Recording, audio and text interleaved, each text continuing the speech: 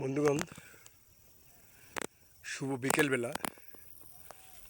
আপনারা দেখতে পাচ্ছেন এটি খুবই সুন্দর চমৎকার জায়গা। আজকে পাহাড়ে উঠলাম, দেখে খুব ভালো লাগলো, তাই চিন্তা করলাম আপনার জন্য এই ভিডিওটা করে দেখানোর জন্য চেষ্টা করছি। আশা করি আপনাদের ভালো লাগবে। আপনারা দেখতে পাচ্ছেন খুবই সুন্দর একটি চমৎকার দৃশ্য।